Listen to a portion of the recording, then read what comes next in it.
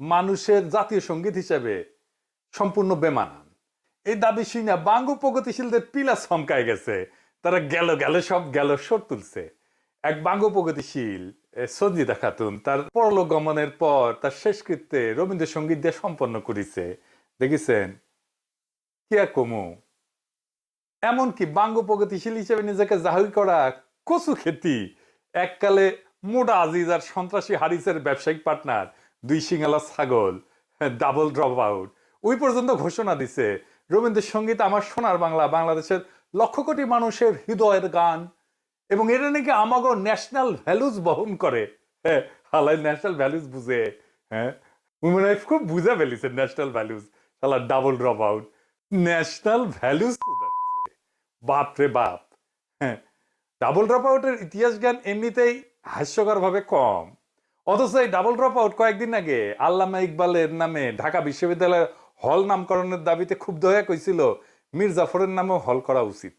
আল্লামা ইকবাল উপমহাদেশের মুসলমানদের মধ্যে সর্বশ্রেষ্ঠ দার্শনিক, যাকে বিংশ শতাব্দীর অন্যতম গুরুত্বপূর্ণ মুসলিম দার্শনিক হিসেবে প্রাচ্য এবং পাশ্চাত্যে উভয় জায়গাতে বিবেচনা করা হয়। ইকবাল 1938 সালে মৃত্যুবরণ করেন, 1971 সালের বাংলাদেশের স্বাধীনতা সংগ্রামের 33 বছর আগে। এমনকি ভারত ভাগার আগেই উনি মারা গেছেন। অথচ ইনাকে নিয়ে একচু খেতে এবং বাঙ্গ প্রগতিশীলদের চুলকানির অভাব নেই।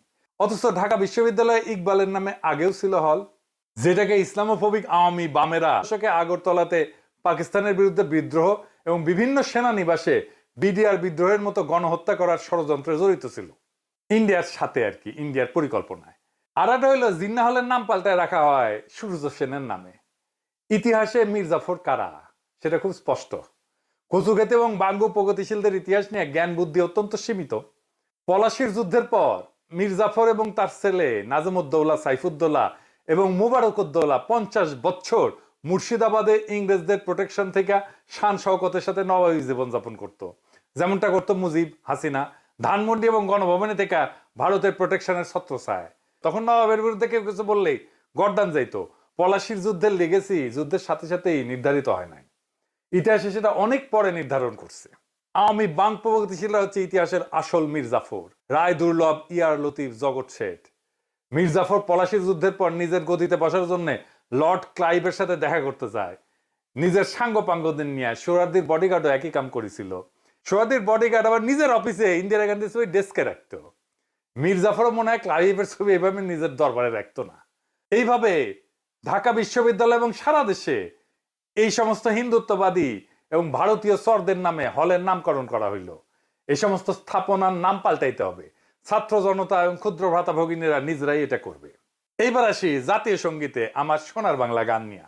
আমার সোনার বাংলা গানের ইতিহাস কি, এই গানের মানে কি, কবে কোথায় কোন প্রসঙ্গে এই গান কম্পোজ। এটা জানতে হইলে আমাদের বঙ্গভঙ্গের ইতিহাস জানতে হবে। বঙ্গভঙ্গ কি? 1899 সালে লর্ড কার্জন ব্রিটিশ ভারতে ভাইসরয় হিসেবে আসেন। তখন ব্রিটিশ ভারতের প্রদেশগুলো ছিল Bengal presidency, Madras presidency, Bombay presidency, যুক্তপ্রদেশ, মধ্যপ্রদেশ, পাঞ্জাব। বেঙ্গল প্রেসিডেন্সির এবং সমগ্র ব্রিটিশ ইন্ডিয়ার রাজধানী ছিল সাহেবদের তৈরি করা শহর কলকাতায়, কল্লোলিনী তিলোত্তমা কলকাতা। বেঙ্গল প্রেসিডেন্সি আকারে অনেক বড় থাকায় সেটা একজন লাট সাহেবের পক্ষে শাসন করা দুরূহ ব্যাপার ছিল। 1900 সালের বেঙ্গল প্রেসিডেন্সি আকারে এত বড় ছিল, এর মধ্যে বর্তমান বাংলাদেশ, আসাম, পশ্চিমবঙ্গ, বিহার, উড়িষ্যা, ছত্তিশগড়, ঝাড়খণ্ড অন্তর্ভুক্ত ছিল। তার উপরে ছিল সেই যুগের দুর্গম যাতায়াত ব্যবস্থা। এর ফলে 1903 সালে ব্রিটিশ ভারত সরকারের সেক্রেটারি রিজলি সাহেব ভাইসরয় লর্ড কার্জনকে একটা চিঠি দেন। এতে প্রস্তাব করা হয় বেঙ্গল প্রেসিডেন্সিকে দুই ভাগে ভাগ করা, পূর্ব দিকের অংশকে পূর্ববঙ্গ এবং আসাম নামে নতুন একটা প্রদেশ তৈরি করতেন। নতুন প্রদেশের রাজধানী হবে ঢাকা শহর। লর্ড কার্জন এই প্রস্তাবে সম্মতি প্রদান করে। এর ফলে 16 অক্টোবর 1905 সালে লর্ড কার্জন নতুন প্রদেশ পূর্ববঙ্গ এবং আসামের গোড়াপত্তন করে ঢাকাকে রাজধানী করেন। এইভাবে মুঘল যুগে শায়েস্তা খান এবং শাহজাদা আজিম উসানের পর 200 বছর অতিবাহিত হয়ে ঢাকা আবার রাজধানী হিসেবে আত্মপ্রকাশ করে। মুঘল সর্দার মুর্শিদ কুলি খান শাহজাদা আজিম উসানের পর 1700 দশকের প্রথম দিকে রাজধানী ঢাকা থেকে মুর্শিদাবাদে স্থানান্তর করেন। এরপর শুরু হয় বাংলায় হিন্দুত্ববাদীদের আন্দোলন, যেটা সন্ত্রাসবাদের রূপ নেয়। কলকাতার হিন্দু বাবুরা একদম বিক্ষোভে ফাইটা পড়ে। এটা নিয়ে কলকাতার ভদ্রলোক বাবুরা অসংখ্য মিছিল বক্তৃতা সমাবেশ করে গরম করে দেয় দুনিয়া। বাবুদের দুইটা সন্ত্রাসবাদী সংগঠন ছিল, একটা কলকাতা কেন্দ্রিক যুগান্তর গ্রুপ আর একটা ঢাকা কেন্দ্রিক অনুশীলন সমিতি। যুগান্তর গ্রুপের সন্ত্রাসী ক্ষুদিরাম বসু একজন সাহেব ম্যাজিস্ট্রেটকে হত্যা করার জন্য সাহেবের গাড়ি লক্ষ্য করে বোমা হামলা করে। এই সমস্ত হিন্দুত্ববাদী সন্ত্রাসীরা 21শে আগস্ট গ্রেনেড হামলার আদি জনক। ক্ষুদিরামের নিক্ষেপ করা গ্রেনেড সাহেবের গাড়ির পরিবর্তে দুইজন মেম সাহেবের গাড়িতে গিয়া পড়ে এবং একজন ইংরেজ ব্যারিস্টারের স্ত্রী এবং কন্যাকে হত্যা করে। ইংরেজ সরকার ক্ষুদিরামকে ধরে বিচার করে ফাঁসিতে লটকায় দেয়। এইরকম নারীঘাতক হিন্দুত্ববাদী সন্ত্রাসীকে আবার বাঙ্গু সমাজে সেলিব্রেট করা হয়, তাকে নিয়ে কবিতা লেখা হয়। এমনকি আমাদের আল মাহমুদও লিখেছিল, চিনতে নাকি সোনার ছেলে ক্ষুদিরামকে চিনতে, রুদ্ধশ্বাসে প্রাণ দিল যে মুক্ত বাতাস কিনতে। কি আর কমু। আর এক বাঙ্গু প্রগতিশীল আব্দুল নূর তুষার ইতিহাস জ্ঞান দিতেছে জাতিরে। দেখেন কি লিখেছে, সে কইতেছে আমাদের দেশে কার্জন হল আছে কিন্তু ক্ষুদিরামের নামে একটা চালাঘর নাই।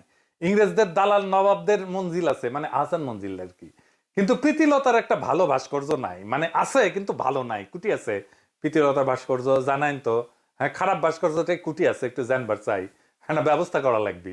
আরো লিখেছে সূর্য সেন প্রীতিলতার ক্ষুদিরামেরা আমাদের বীর শ্রেষ্ঠদের পূর্বপুরুষ, জমিদারদের ল্যাঠাল যারা জমিদারি চলে যাবে জন্য যারা ইংরেজদের শাসাইবে তাই অস্ত্র হাতে তুলে নিছিল, তারা নাকি আমাদের বীর শ্রেষ্ঠদের পূর্বপুরুষ। আমি যাই কই, এই প্রীতিলতা সূর্য সেন আর ক্ষুদিরাম নিয়া বাঙ্গু প্রগতিশীলদের চুলকানিটা একটু বিস্তারিত বোঝা দরকার। ব্রিটিশদের বিরুদ্ধে হিন্দু স্বার্থের জমিদার হিন্দু স্বার্থের আন্দোলন শুরু করছিল বঙ্গভঙ্গ রদ বাতিল করার দাবিতে কয়েকটা সশস্ত্র গ্রুপ করে। এই সময় ব্রিটিশদের বিরুদ্ধে অনুশীলন যুগান্তর এই ধরনের সশস্ত্র দলগুলির তৎপরতা বাড়তে শুরু করছিল, যারা কালী ভক্ত হিসেবে দেবী মা কালীর পূজা কইরা সশস্ত্র সংগ্রামে ঝাঁপায় পড়তো।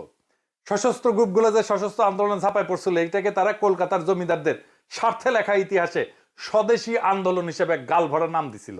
আর এই সময়টাকে একটা ফাঁপা বিপ্লবী বানায় অগ্নি যুগ নামে ডাকা শুরু করছিল। কিন্তু আমাদের খেয়াল করতে হবে, ব্রিটিশ বিরোধী আন্দোলন মানে সেটা অ্যান্টি কলোনি মুভমেন্ট না।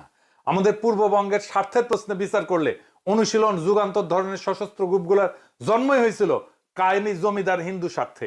মুসলমান প্রজা বাঙালির উপরে যারা ছিল খড়গহস্ত, অবশ্যই প্রজাদের স্বার্থের পক্ষে তারা ছিল না। 1905 সালে বঙ্গভঙ্গ এবং ইতিহাসের দিকে তাকান, রবীন্দ্রনাথ সহ বিশিষ্ট হিন্দুদের নেতৃত্বে যে বঙ্গভঙ্গ রদের আন্দোলন হয়েছিল, এই আন্দোলন ছিল আমাদের পূর্ববঙ্গের মানুষের স্বার্থ বিরোধী। জমিদার বাঙালির সাথে ঘা মারছিল এই বঙ্গভঙ্গ, কারণ নতুন প্রশাসনিক ব্যবস্থার কারণে কলকাতার প্যারালাল ঢাকা একটা নতুন রাজধানী হয়ে উঠতেছিল।